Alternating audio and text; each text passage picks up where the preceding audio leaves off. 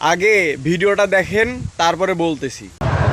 1199 টাকা দিতে বলছি, দেন।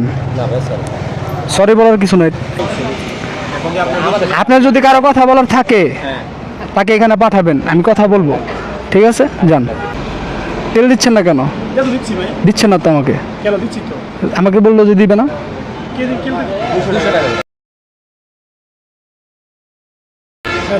200 টাকা আমি তো দিচ্ছি, সবাইকে তো দিচ্ছি না, আপনি 200 টাকা করে দিতে পারেন না। আপনার মন মতো তো আপনি দিতে পারেন না। আমার হচ্ছে যা আছে আমি তো আপনি সব দিতাম পরে এদেরকে দিই। 500 টাকা তেল দেওয়ার পর আপনাকে 200 টাকা দেওয়ার পর কোনো সমস্যা হবে আপনাদের? কোনো সমস্যা আছে কেন?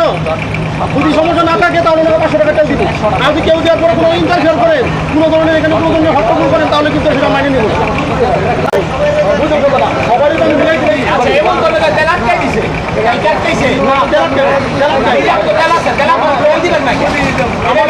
রাস্তা তো গাড়ি আছে, আমি তো না করি আমার বছর এইটাই মানবে তো ভাই।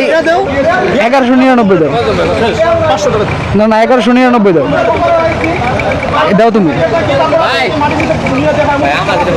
আরে দাও তো ভাই। বাংলাদেশি ব্যবসায়ীদের জন্য কৃত্রিম সংকট তৈরি করাটা একটা নতুন একটা অভিজ্ঞতা।